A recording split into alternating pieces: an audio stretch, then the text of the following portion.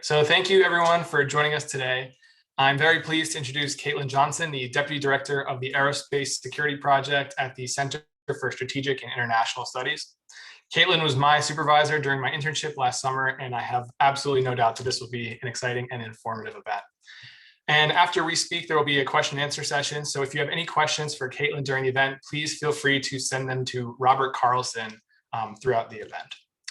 So with that, I think we'll begin. So Kaitlyn, I think the number one thing on everyone's mind in space policy and in space national security is the Space Force. The Space Force was obviously started under President Trump, and it's somewhat associated with him.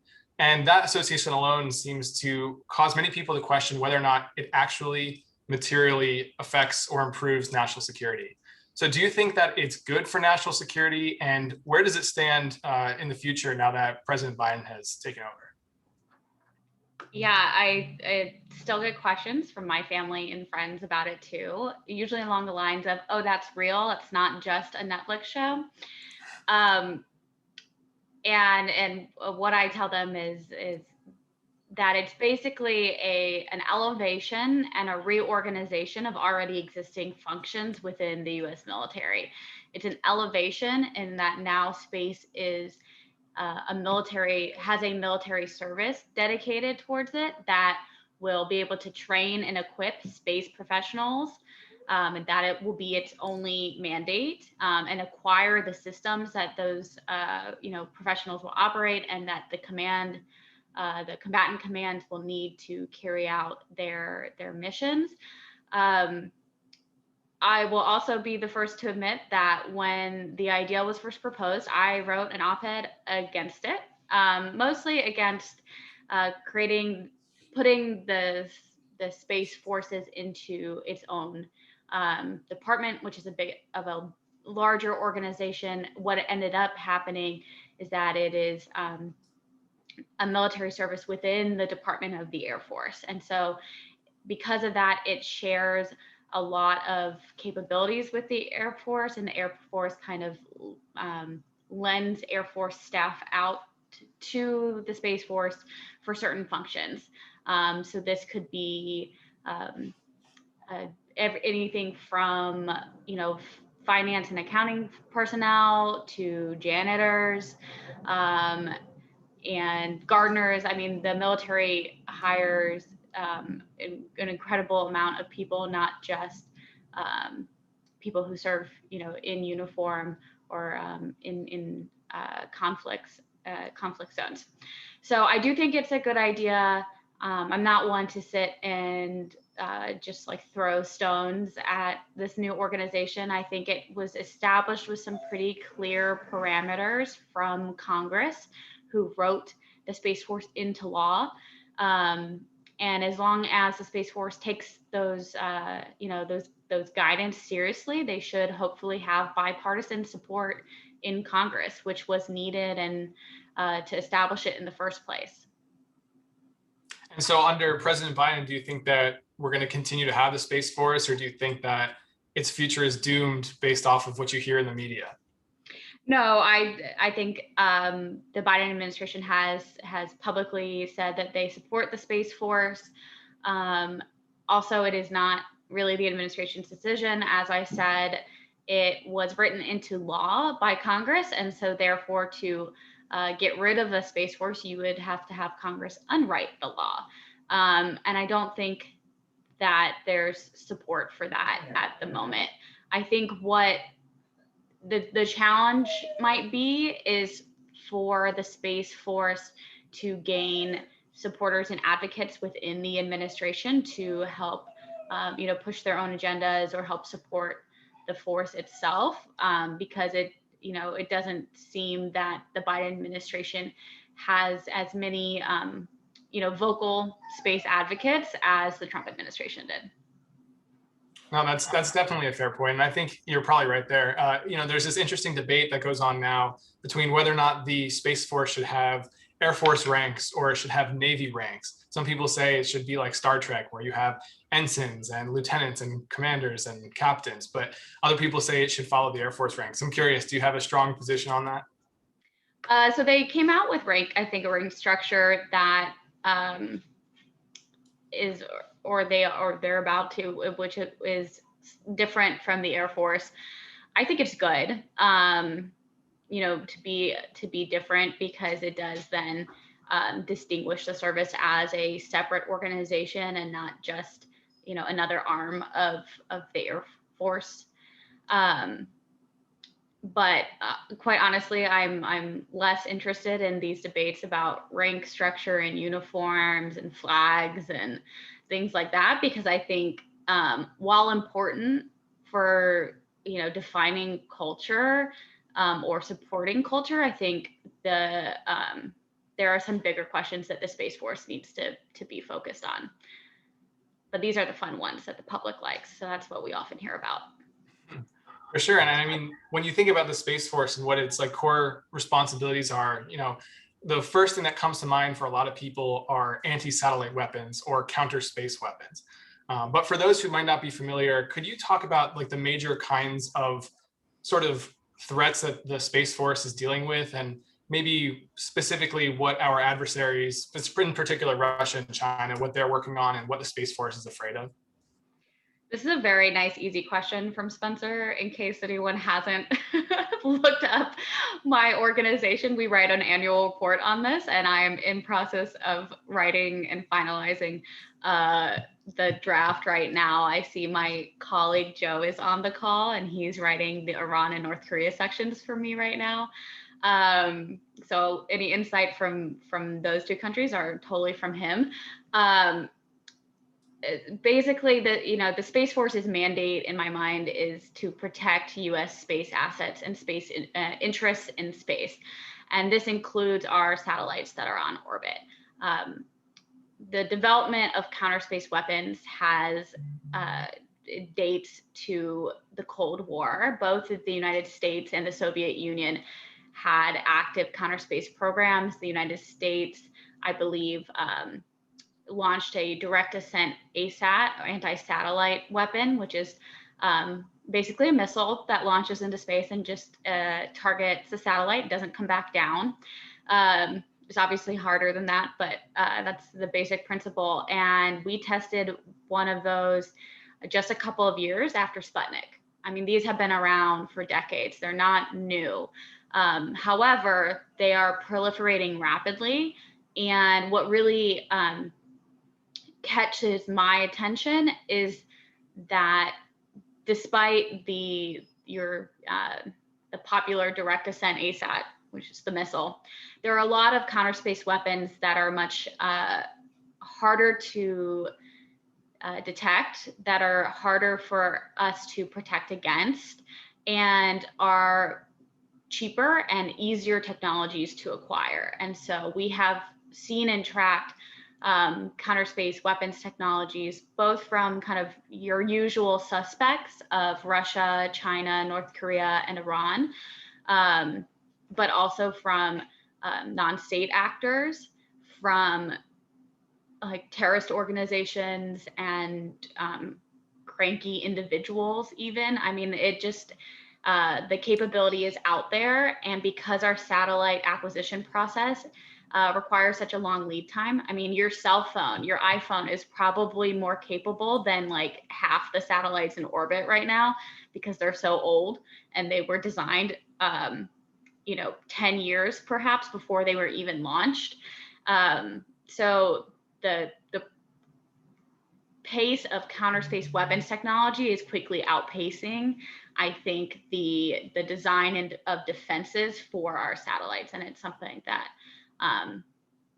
my program just wrote a different report on, and I think is a really important conversation that we need to have. So you mentioned that a lot of the satellites on orbit aren't particularly sophisticated.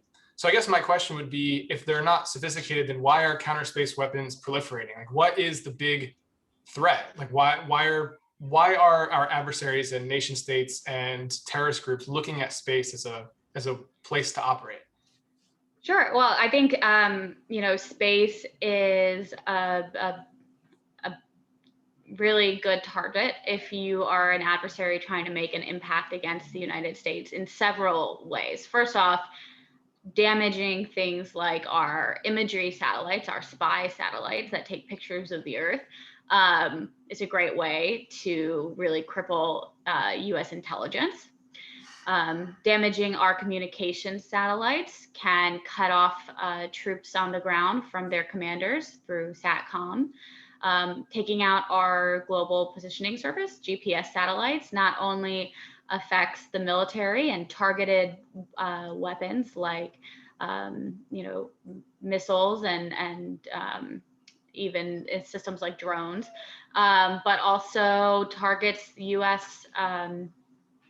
Infrastructure and economy. I mean, think about how much we use GPS on our phone to get around, to order Uber Eats. The ATMs use the timing services offered by GPS, and Wall Street uses them to have really minute specific timing for financial transactions. Weather satellites. I mean, I think there's this concern that if the United States did not have access to space technology, that we would be quite crippled in our response to such an attack.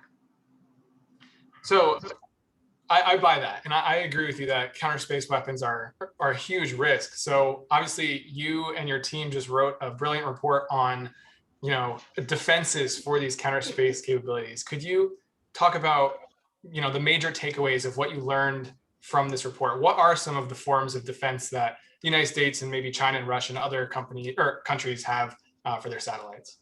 Yeah, first I want to plug the report. If this is not a topic that you focus in, or you're worried that it's going to be way too complicated and technical, I just want to let you know that this report is extremely approachable. First, because it's Harry Potter themed. And I'm dead serious. The name is The Defense Against the Dark Arts in Space, and it has Harry Potter quotes throughout. But also more seriously, it takes these complicated technical conversations and I think really breaks them down in a way that anybody can understand. And the point, of course, is so that everybody can have intelligent conversations about this, whether you're talking about the people who build the satellites themselves and design the defenses or the hardware and software into the satellites, as well as policymakers on the Hill who have 10 different things they're focusing on, but need to stay informed and help make these decisions. So I really encourage, give it a read. It's not too long, and it has some great information both about counterspace weapons, but also their defenses. The interesting thing about defenses is that they're not really talked about in the public domain and in the space community, because a lot of people just assume that it's classified, and a lot of it is. I mean, if you're looking at like how exactly is our XYZ satellite protected, like that's completely classified. However, a lot of generally speaking, a lot of defenses rely on principles of physics, and I am lucky to work with 2 engineers who help me sort all of that out as a policy person. And so there are different types of defenses, and we kind of split them up into active and passive. Passive, I kind of flipped them, passive and active. Passive is are defenses that are really designed to protect. They're a little bit more like a shield, and that could be either in the design of their constellation, so how all of the satellites that might make up one capability, like GPS, we've got 36 satellites, for example. So how are they placed in orbit, at what altitudes, at what distances from one another, and how they communicate both to each other but to the ground. You could proliferate more satellites by, instead of having 36, have hundreds, and just think about how much harder it would be for a country to attack hundreds of satellites than 36. We also talk about different changes you can make technically to the satellite by giving it possibly shielding to protect it from radioactive radioactive material that's in space. Most satellites already have a little bit of this because space is not completely a vacuum. It does have, it does have particles and electromagnetic particles that can damage a satellite's electronics. But you could harden these satellites even more to protect it against like a directed attack. You could do something as simple as put a shutter, like a camera shutter, on our imagery satellites, so that if they if they detect that they're being lased, so if they think that a laser is shining at their optical sensor, they could close the shutter. Therefore, the camera won't be permanently damaged. And a couple others in passive. So I think those are the easier ones, at least for me, to adopt. Active is a little trickier. So active defenses are kind of like things that shoot back, right? So it's like if you have an incoming warhead, could you jam and mess up, the warhead's targeting system on your target or your satellite, which is the target? Could you have bodyguard satellites up in orbit protecting your high value satellites that either jam that warhead or maybe even shoot it with some sort of projectile? The thing that worries me most about this is that we get into this gray area of kind of dual use technology of what is really a defense versus what could be a weapon. I think, if the US or its allies shoot back bodyguard satellites up near, maybe the nuclear command and control satellites are extremely high value satellites, we would be like, yeah, these are only there to protect this satellite. But I think for everybody else, they would be like, or our adversaries, for example, China would be like, that looks a lot like a counterspace weapon to us. And I think if the role was reversed, we would say the same thing. So I think it's important to talk about how we can defend our satellites, how we can use multiple different defenses to better protect them. But we need to think carefully about how we talk about and employ technologies that could be construed both as a defense or something helpful and something that's possibly could be weaponized. So that I wanted to ask you about this, press you a little bit further on these active defenses. Like these are, theoretical. This is not stuff that's necessarily in the public domain. This is sort of what we think could be the case, right? Is this legal? Like, would the active defense be legal in space? Totally legal. So space does not have a lot of laws that govern it. And there are a couple, like you cannot claim territory on the moon or any other celestial body. You cannot host a nuclear weapon in space. However, you can detonate one. Well, you could detonate one. They wrote a law. Now you can't, but some countries haven't signed it. You can totally have a shoot back system in space. There's not a lot of there's not a lot of restrictions against it. There's not a lot of accountability if you do shoot a different satellite, or even if you shoot your own as practice, or because it's defunct. And we have seen a couple of tests on orbit recently of systems like this. First, we've seen France claim that they're going to invest in bodyguard satellites that have probably a shoot back capability. And then we've seen Russia had this really interesting satellite that was launched.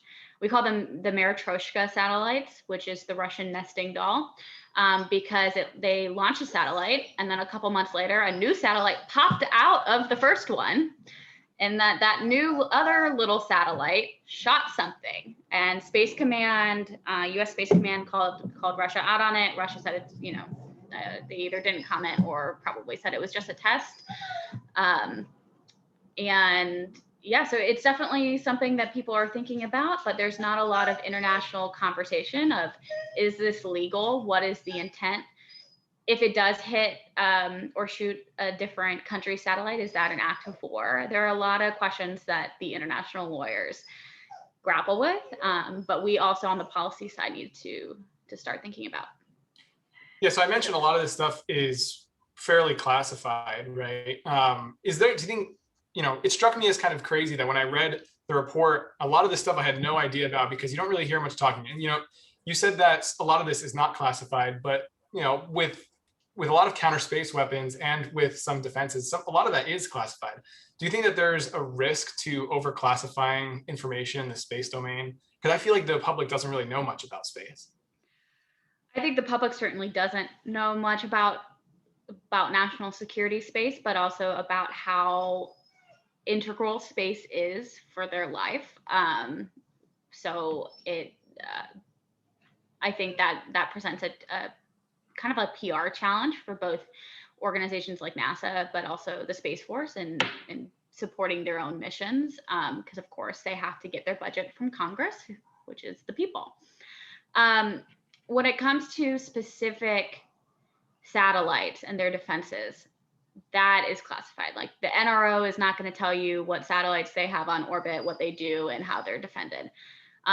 However, there are broader principles we can talk about that you can either see from the ground and from space tracking, what, like how proliferated a satellite is, for example, or a satellite constellation is, how many are up there doing the same mission.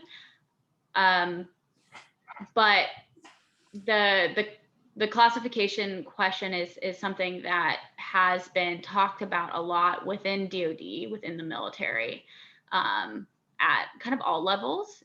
The challenge is that I think space is incredibly classified because of its history, and because of the way we began to invest in space, which was to support our nuclear systems and our nuclear assets during the Cold War.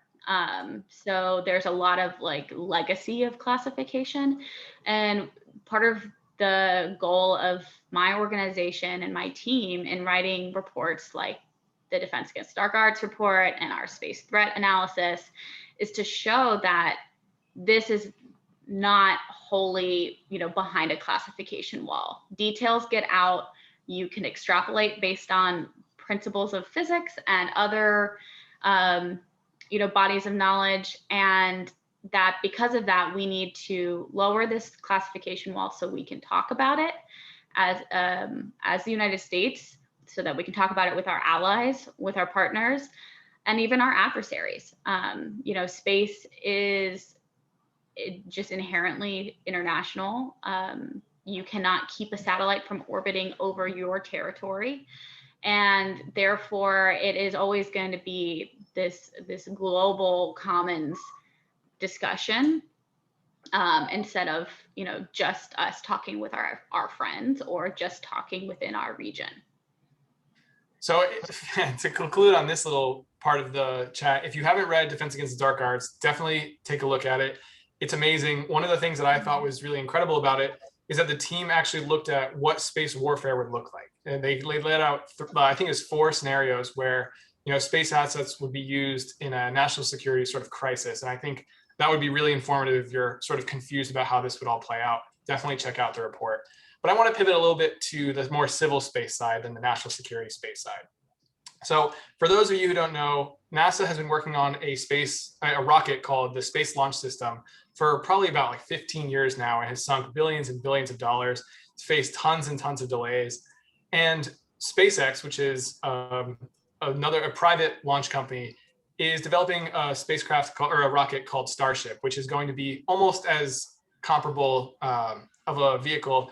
And they're developing it at a fraction of the cost. And it's supposed to be launched at a fraction of the cost. So given that SpaceX and Starship is pretty well into its development, and the SLS continues to face delays, and it might not even launch this year, which was the aspiration of NASA. What is the future of the SLS, and where do you see Starship going with NASA? Sure. So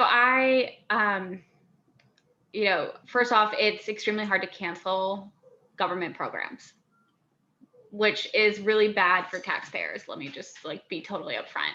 I do think it's important to have a government owned and operated space system, especially as we look towards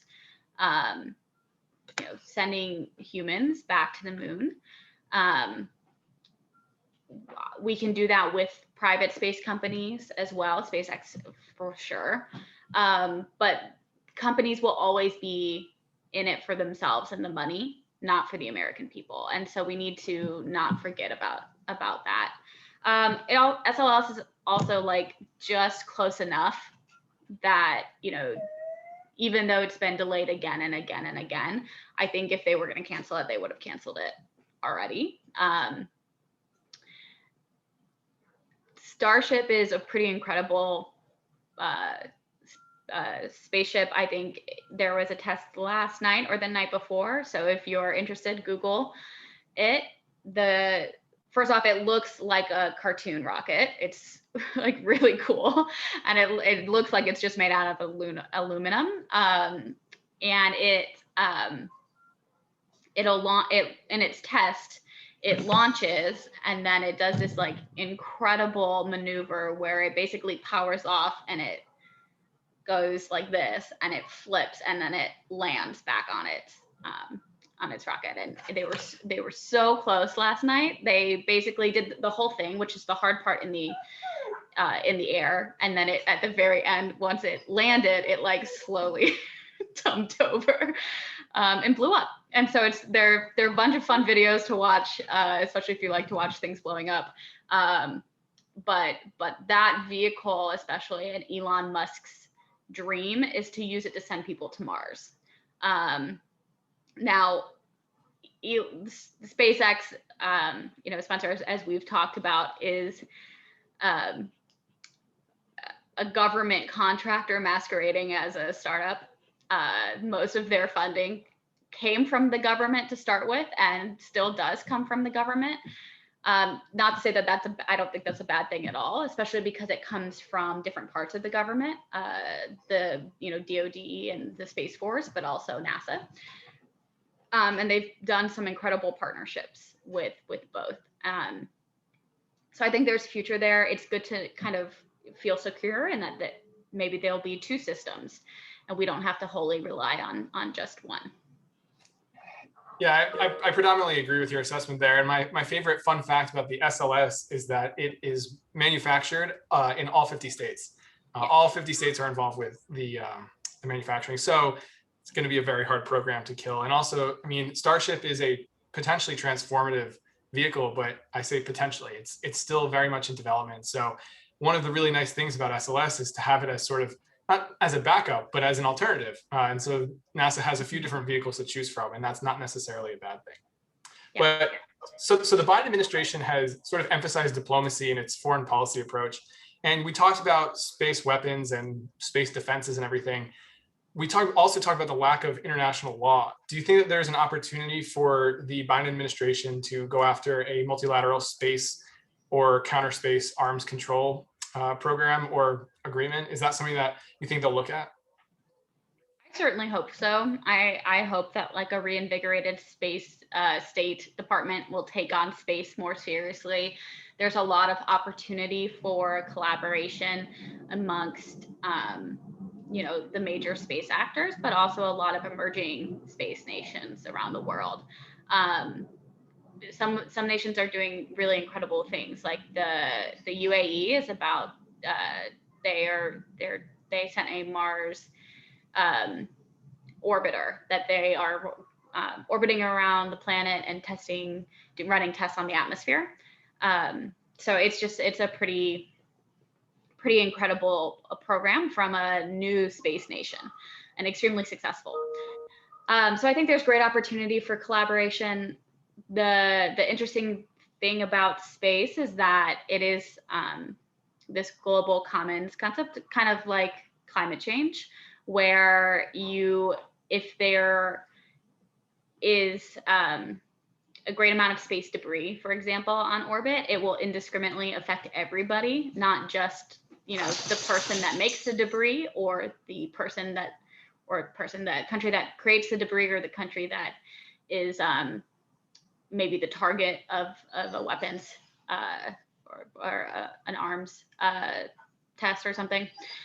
But as we, you know, look towards, I think, especially putting humans back on the moon, and the goal is eventually to Mars, we really need an international coalition, and with commercial partners and buy-in. I think it's kind of just this great opportunity for collaboration, that the State Department could really take a big role in leading.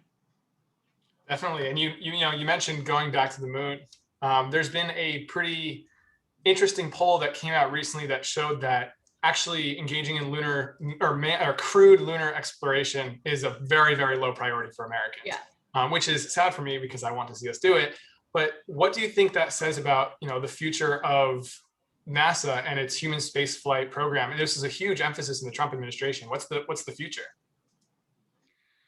Yeah, I mean, I think there's something to be said about sending people back to the moon themselves, but it and I think historically, even prior to the Apollo program, like landing on the moon wasn't very favorable, or during the, you know, the Apollo program, the public, when you polled them, seemingly didn't care. However, the effects of the Apollo generation are incredible.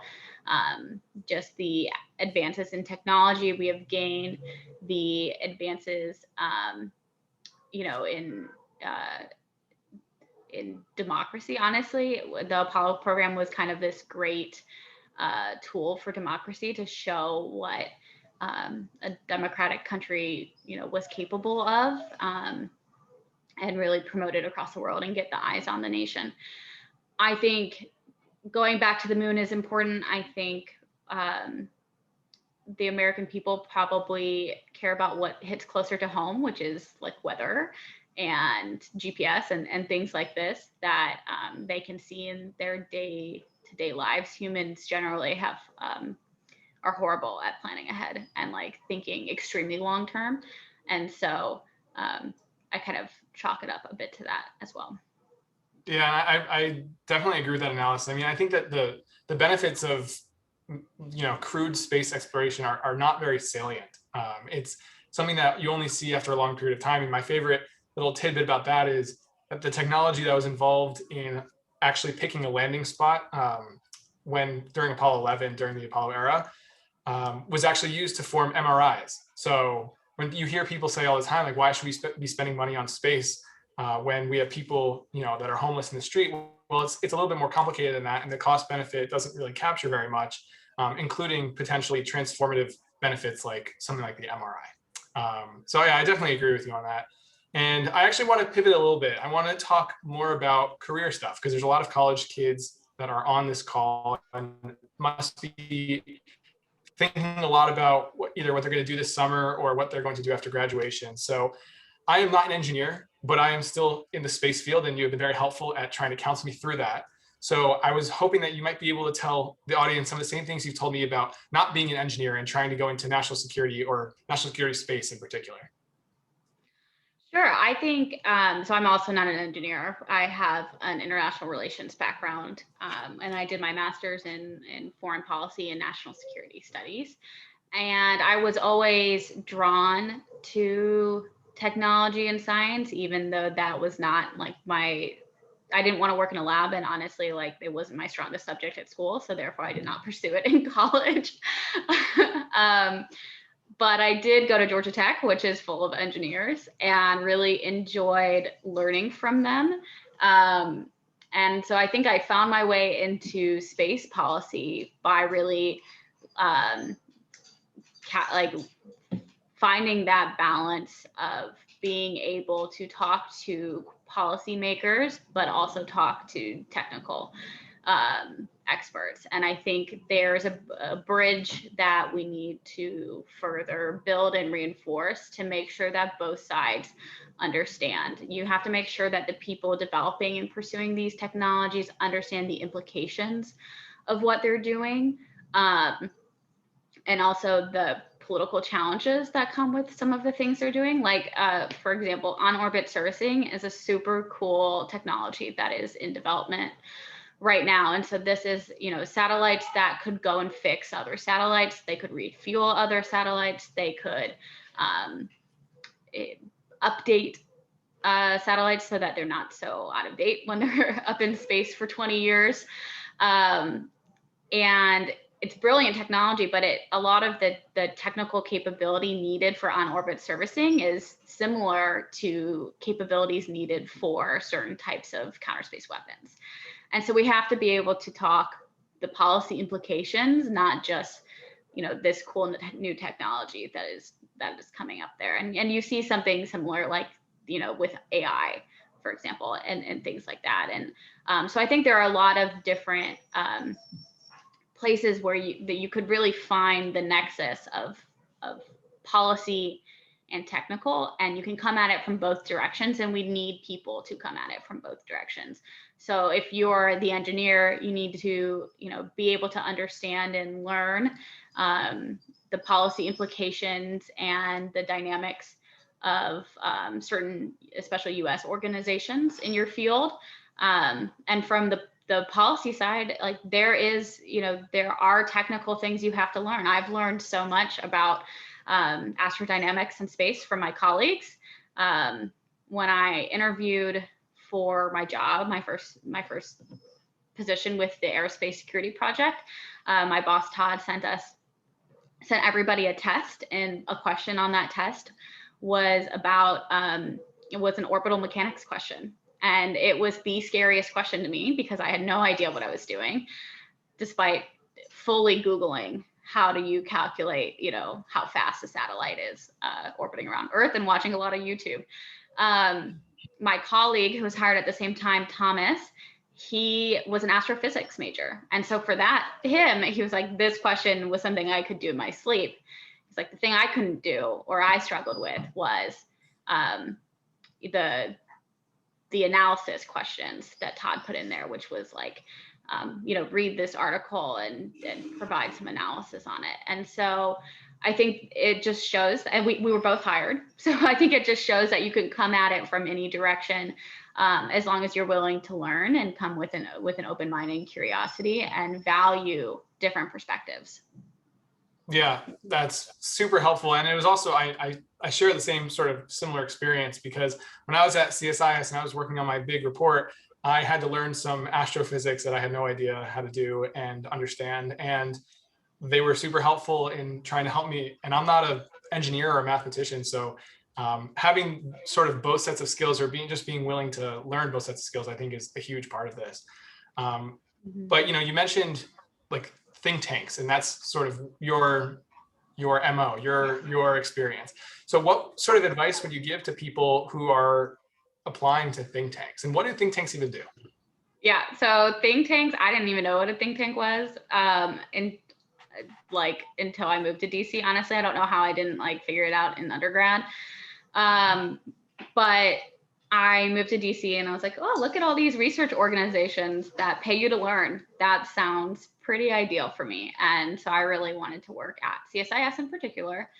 It took me a couple tries to get in. So my first piece of advice to everyone is apply and apply again.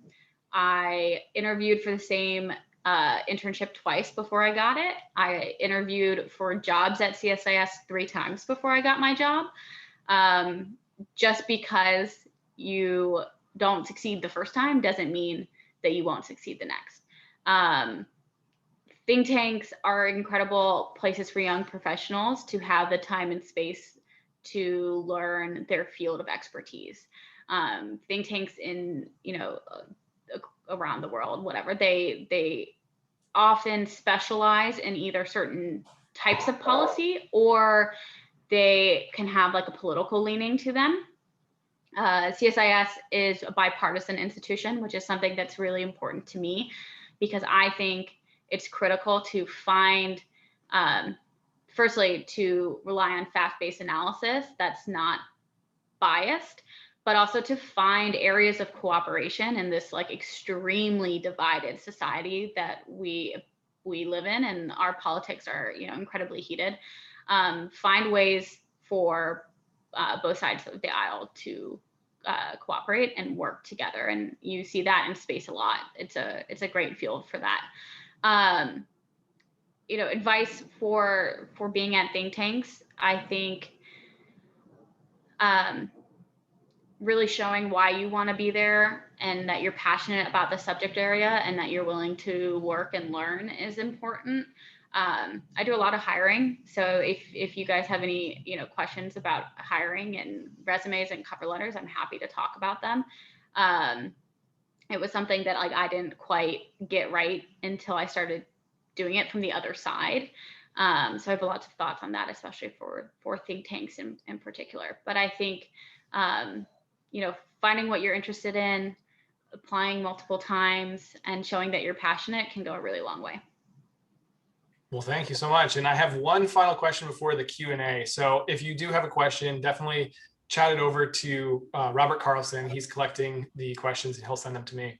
So my final question to you is, what about space security keeps you up at night? There are a couple of things that would keep you up at night. I think the first, and what is I saw kind of a lot on Twitter today actually, is the growing amount of satellites on orbit that increase the possibility of we call them conjunctions or interceptions of them running into each other. And there's this principle called the Kessler Effect where it snowballs, right? You have satellites that hit each other, create tons of debris. That debris hits other satellites, which creates more debris, which hits other satellites. And all of a sudden, you just have all of this junk in space and makes that orbit unusable for everybody.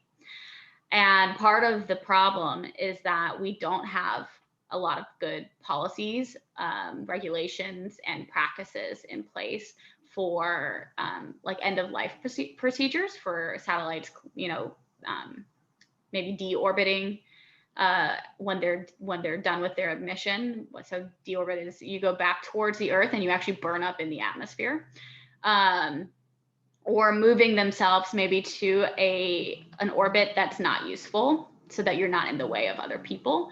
But also a lot of satellites on orbit don't have maneuverable capability. They don't have propulsion on board, especially small satellites like CubeSats or experimental ones launched by universities. And so a lot of companies are looking into what they call active debris removal, which is satellites that can go up there and capture other satellites and put them somewhere else. But this problem of debris and how quickly we're populating low Earth orbit, which is the orbit that the ISS is in, International Space Station, and a lot of our imagery satellites that we rely on for national security, you know, keeps me up a bit at night as we watch all of the conjunctions and you know, systems like SpaceX Starlink, which is their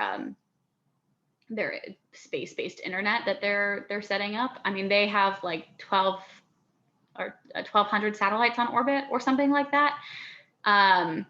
That's more than half all active satellites in space, SpaceX. So companies are doing crazy cool things, but companies also don't have the same responsibilities as nation states. And so we really need to rethink some of these policies and regulations. Yeah, I completely agree with you. I also think like an additional challenge related to debris is like you said, this active debris removal capability is also could be seen as a counter space weapon as well. So that's definitely a big challenge. All right, so China, our first question is from Abdullah Antepli, a great friend of mine. So I think. Hi, everyone. Yeah. Thank you, Kaitlyn. This is quite fascinating. I have two-part question. One, clearly space will be part of our lives more and more, from technology to policy to ethical, moral concerns. who is training and investing in the required skills and brain power for this growing world? And what universities are ahead of the game, already creating those pipelines of skills and brain power? And what would you suggest to those higher educations or other organizations who should be taking this seriously and start investing to this growing field? Secondly, it's only half humorously, what would you suggest to Spencer Kaplan in terms of how can we make sure he will be the first US Secretary of Space in 10 years? Sure. So to your first question about the space community, I think, and the growing space community, I think there's a large part to play in, in STEM education, particularly, and that's what you'll probably hear most about. However, like I said, there's a place for everybody in space. First off, the space community, if you're interested, is like the coolest, weirdest group of people ever, and extremely nice and generous folks. And there are people who do policy, like myself. There are engineers of all sorts. There are scientists, mathematicians. But there are also, people who are involved in the space community through finance, through, business development and investments. We have scientists and healthcare workers who are looking at like space suits and how to keep humans alive on Mars. So I think there is opportunity for everyone. And, part of NASA's job, at least in the United States, is, I think, to be an advocate for space and to inspire the next generation. And so, they, I think, hope to do that partially through human spaceflight. But I think there are other ways to do it. And that the United States in particular, I'm not an education policy person, but personally things could use a lot of reform. I think, if you're in university now and you're interested, finding ways to get involved, even if it's not, even if your college doesn't have a space program, is really critical. I know Spencer does that a lot, but also like personally, I use the opportunity of one of my graduate school thesis to write on space, even though I had no background in it. I wanted to learn, and I think that's what got me hired, honestly, is taking that opportunity or creating it for myself. Secretary of Space, Spencer Kaplan, I would support it. I think Spencer's pretty incredible. I'm a little bit sad he might not come back and join me this summer, but we do have an internship posting up if anybody's interested in joining. Right now we have a Duke Brooke Owens fellow. Her name's Hannah, and we're really excited to have her join us this summer as well. But Spencer, I think just keep doing what you're doing. You're way farther ahead at your age than I was. So. Well, I appreciate it, and I would encourage anyone who is even remotely interested in this stuff to apply for the internship, because it was an amazing experience.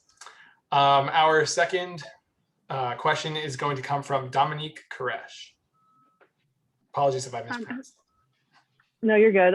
Thank you so much for talking with us today. My question related to Space Force. So you said it was likely here to stay. And do you think that Space Force will rely more on AI technology than the other branches of the military?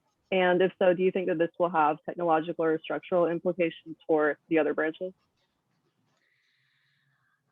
So I don't know if I can really speak smartly about all of the other branches in AI technology. I think for space in particular, it's a really interesting, cross section of technologies. So space has, the Space Force has this incredible problem that I think AI is extremely helpful in machine learning and solving, which is the sheer amount of data they receive. So we have tons of ground-based radars that track satellites in orbit. We also have some space-based stuff that tracks satellites in orbit, and they follow it around, and just like the sheer amount of data of like every single satellite and piece of debris at any given time in all of these orbits every day as they move, and sometimes, you know, new stuff magically sprouts from old stuff, like the Russian nesting doll satellites,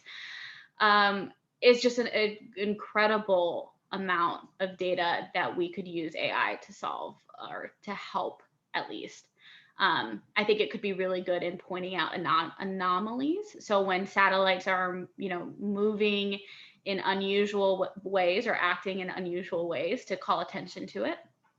It could also, you know, help us track satellites better and keep, I think, keep track of different trends and things like that. I'm not an expert, but I know that this is a big issue that a lot of people are starting to really consider, especially as the Space Force, but also other countries invest more heavily in what they call space domain awareness, or basically just knowing where all of this stuff is in space and tracking it. All right, our next question comes from Kim Karapabani.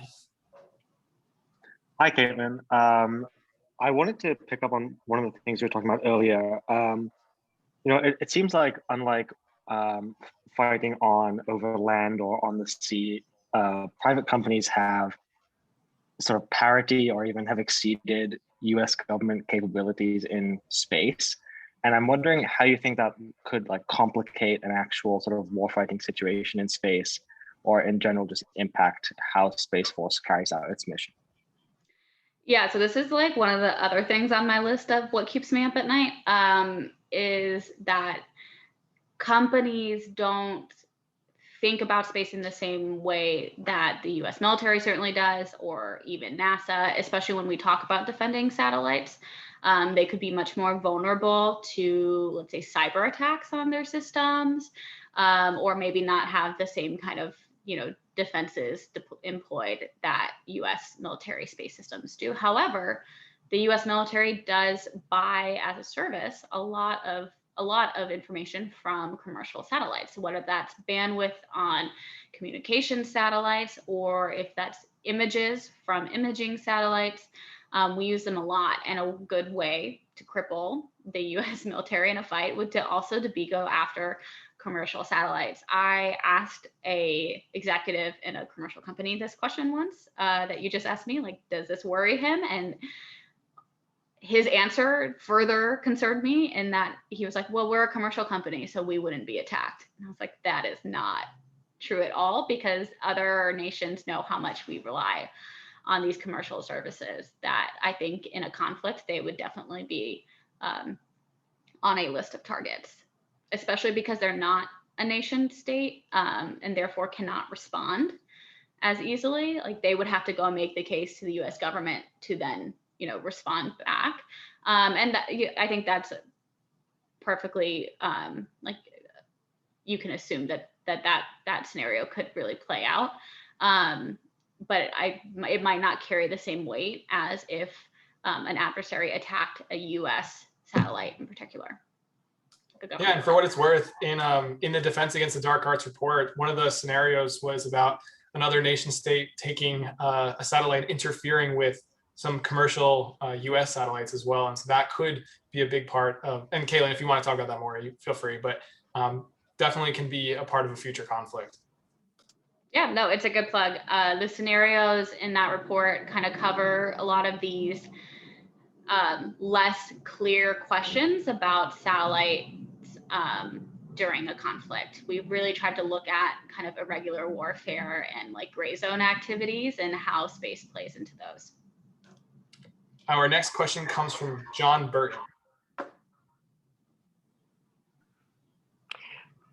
Hi, Kaitlyn. My question is, how do you see space changing the way we look at security cooperation and the way we approach international relations? And specifically, do you see any international relationship coming more to the forefront from a space tech perspective than we might expect? Sure. So I think it's really interesting to look at space cooperation with our international allies and partners, because they might not be our clear partners in other domains. For example, India has a pretty capable civil and military space agencies, and so they are kind of a natural partner in space activities. Also, the United States is extremely fortunate in being big enough and having enough money, debatable, for both a civil and military space agency or agencies. And so often when we cooperate and collaborate with our allies and partners in space, we have to be very careful about both, who on their end are we cooperating with? Is it NASA cooperating with, another nation's military? Is it our military cooperating with another nation's maybe civil program? And what that relationship looks like, it definitely complicates things. I think other nations are extremely willing to work with NASA. NASA as an international brand is extremely strong. However, realistically, there are a lot of doubts to working with the US military. And even in space. And so I think, we could better leverage NASA for foreign policy as a soft power tool. And I would hope, the new administration sees that. The previous administration talked about that a lot. Administrator Bridenstine, it was one of his big talking points throughout his term. And you could kind of see the start of that, I think, with the Artemis Accords, which were the agreements NASA pioneered to set some kind of like ground rules and assumptions for going back to the moon and operating, and has had several countries sign on as partners. But as we look towards cooperating with new countries, I think particularly like space could be a great entryway. I would also just add that during the Cold War, one of the only forms of communication we had with the Soviet Union was through NASA. And that was an extremely good relationship for both countries because it increased, trust and communication, at least in space and in science, but it also kind of let us know what they were up to and how far along, because civil and military space systems are very similar. A launch system is a launch system, basically, but also satellites, are relatively, some of them are relatively similar, whether or not they're being used for civil purposes or military purposes. And so there's, I think, great opportunity to collaborate and better communicate with our competitors right now, China and Russia in space. We actually have still great relationship with Russia. But China is much more complicated, and there's this thing in this law in Congress saying that NASA can't cooperate with China, but there's a big barrier to doing so. I think removing that, it's called the Wolf Amendment, would be a great first step to kind of building the same kind of communication and trust between nations, even if it's just in one segment of policy. Yeah, I just want to emphasize 2 points Kaylee made there because I think they're so good and so important. There's opportunities for space cooperation, in particular with small and with very large countries. So people probably don't know this, but the vast majority, like a lot of countries around the world, sorry, that's a train, but there's a lot of countries in the world that have space programs. Like Costa Rica just announced that they're going to have a space program. Nigeria has a really up and coming space program. Egypt too. Like there's countries all over the place. And this is a great opportunity for the United States to try and partner with a lot of these countries and make strategic partnerships. The other thing is there's a lot of opportunities with really large countries. Like I'm a firm believer that space is an opportunity for peace. During the Cold War, in the height of the Cold War in 1970, I think it was like 75 to 79. I don't know which year it was, but there was the Apollo-Soyuz test project. We literally worked so closely with our greatest geopolitical adversary. So I think that there's definitely something different about space that makes it really opportune for working together. So it's definitely something to keep an eye on. So our next question comes from Oliver Patet. Hey, thanks, Kaitlyn. Thanks for presentation so far. So I kind of want to bring it back to the national defense realm. And my question is as follows. So what asymmetric capabilities would near peer competitors of the US be able to effectively deploy against American space assets? And along that same vein, are ground-based US assets at a greater risk of these asymmetric capabilities? Thanks. Sure. So this is something that we talk about quite a bit in our space threat assessment papers. We've written 3 of them. The 4th will come out in April. They're annual. And I worry most about these kind of asymmetric capabilities and the capabilities that are easier and cheaper for adversaries to acquire, that can do incredible damage to US space systems, and that the United States is extremely reliant on. It's kind of a double-edged sword for the bigger space nations. So like as Russia and China continue to develop their space capabilities, they also become more reliant on them, and therefore they are also more vulnerable. However, I would still say the US is far ahead, and therefore also probably a lot more reliant and a little bit more vulnerable because of that. So what we see Russia and China specifically investing a lot in are technologies more in the information space and also in the non-kinetic space, so things that don't blow something else up. Cyber capabilities are a huge one that I think are really worrisome, because you can deploy them and not know about them for years, as we saw with solar winds. And the skill sets are similar for hacking a satellite as hacking anything else. Also, there's a lot of entry points. You can, like you said, enter on the ground. With the user segments, you could enter and affect individual units, like everybody's cell phones. You could affect the data going up to the satellite, back down to the satellite, satellites talking to each other. There's a lot of stuff going on that create a lot of entry points. And so I think we see both Russia and China investing in capabilities that can affect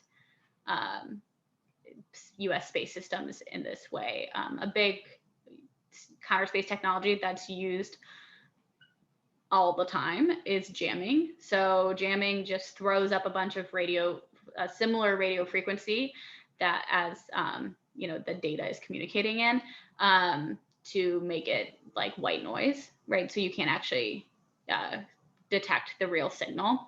Russia uses this to disrupt NATO exercises up in the like Norway and Finland area, near the Russian border. Russia uses this as personal protection for President Putin as he travels. We have found evidence that he travels with a localized jamming system that causes all of the GPS wherever he is, on your phones or on boats, things like this, to go haywire whenever he shows up. We've seen China use it in the South China Sea to disrupt fishing vessels. And there are reports of other jamming activities like in Ukraine and in other areas of conflict as well. And so this kind of technology is very asymmetric, I feel, because it causes a lot of confusion and damage and interference without a lot of effort. You could actually, like, I don't think Radio Shack exists anymore, but you used to be able to go to Radio Shack and buy a localized jammer that you plugged into your car, into your like cigarette lighter in your car, and it would like jam GPS around you, communications. And so it's extremely easy. And I think there are like YouTube videos on how to build these. And so those are things that keep me up at night as well. So our next question is from JD Inge. Hey, Kaitlyn, thanks again for taking the time to talk with us tonight. For my question, I'd like to go back and ask your thoughts on Space Force's use of rockets in the future specifically. Right now in that field, with the rapidly expanding private launch sector that we're seeing, for the Space Force, it's just a matter of integration, taking that launch vehicle from ULA or SpaceX and then just plugging in the classified satellite into the payload bay. But as we see satellites become more advanced, like you were talking about, and their purposes may be more related to national security, and those launch timelines accordingly become more crucial to national security operations, do you see the Space Force taking a more active role in the design of those launch vehicles instead of just taking commercialized vehicles that are used for CubeSat and small sat launches now and converting them for their uses? I don't think so. Perhaps I could see like, someone ordering a specific fairing built that's the top of the satellite or the launch vehicle that the satellite sits in, for specialized deployment. But pretty much it's just like the rocket is just used to get the satellite to as close to where it needs to be as possible. I think the challenge comes, like you identified, with the integration, especially as things are classified, but we have navigated that for decades with contracts through the United Launch Alliance, which is a commercial company that launches US satellites, launched a lot of NRO satellites, which are often the most highly classified ones that the US launches. And so I think the Space Force particularly is really excited about the diversification and proliferation of launch vehicles in the United States.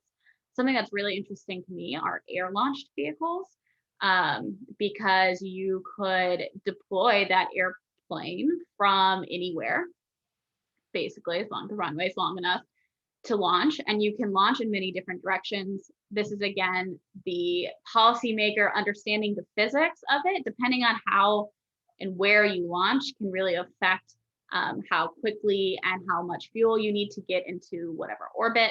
It has a great effect. One of my colleagues, my former colleague I mentioned, Thomas, wrote a great report on this. It's called Spaceports of the World. And he really goes into why certain spaceports are where they're at. But an air launch vehicle kind of takes that out of the equation and is a really cool kind of rapid launch capability as well if we really needed something quickly on orbit, instead of taking so much time to put it into the big launch system on the ground, get that vehicle to its spaceport, put it up vertically. They just put it on the plane and take off. And so it is a much quicker process. So. Yeah, just one quick thing to add on top of that is that the air launch vehicles actually pose quite an interesting challenge for any sort of like arms control agreement. Because if you're going to limit weapons in space, well, why don't maybe you just leave it in a air launch vehicle and then wait until you absolutely need it to put it in orbit. So just something to consider, that's an additional challenge. We're going to do one more question, and it comes from Perry Sheckman. Hi, Kaitlyn and Spencer. First of all, thank you for speaking and putting on this event. It's been really interesting. Personally, I was interested in, it seems like there's been an explosion of space-related content this past year, from Netflix's Space Force to Way, it's just everywhere. What do you foresee media's role will be in shaping the perception of the space and like forming the space landscape in the future? And do you think that these media representations are helpful or hurtful? I think it depends. It's first off, space is cool, right? Like obviously I'm biased, but space is super cool, and it excites the human experience like little else does, right? That's why they call it the last great frontier, or why we have Star Trek and Star Wars and all these things. I think media representation of space often is extremely sensationalized, but it can get young generations interested in space. So many people were inspired by things like Star Trek or Star Wars, just as much as they were inspired by Apollo. So I think the media has a big role to play in this. Often I think they're good representations. The Space Force Netflix show, while extremely funny, and sorry, I should have turned on my lights thinking that it would go dark, but thinking the Netflix show, while extremely funny, depending on, some people hate it, but I thought it was amusing, and like weirdly accurate, actually, if you are a space policy nerd. A lot of the like bureaucratic arguments were well represented. The thing about Melania Trump trying to design Space Force uniforms really happened. So that was pretty funny to see represented. However, it did make the Space Force a joke, which was not helpful for a new space service that was already really contested, and people already thought it was kind of silly. and that it was too tied, to Donald Trump and his politics. So I think often it helps more than it hurts, but sometimes you do have the little step backwards. Yeah, I love that in Space Force, at the end of the first episode, an American satellite has its solar panels like cut off using scissors by a Chinese satellite, which is like such a caricature of what would actually happen. But that is actually kind of similar to a real threat that could exist. So insofar as it can do a public service and educating people about the risks, great. I don't know. I think it's just very entertaining. But I would not be the same person I am today, or I wouldn't be here without Star Trek. So I think there's a huge role to play for media in space in particular. So with that, I want to thank Kaitlyn for joining us today and thank everyone for coming. But before you leave, there are a couple events to mark on your calendars. The first is that for current students, next Friday, March 12th, we'll be hosting a career panel with 3 former AGS members. The following week, on Wednesday, March 17th, AGS will host a discussion on the Abraham Accords and the future of Arab-Israeli relations. And finally, on Thursday, March 18th, Charles Kupchan will be joining us to discuss his new book on isolationism and the role of American foreign policy today. So with that, thank you so much, everyone, and thank you in particular to Kaitlyn. Thanks for having me.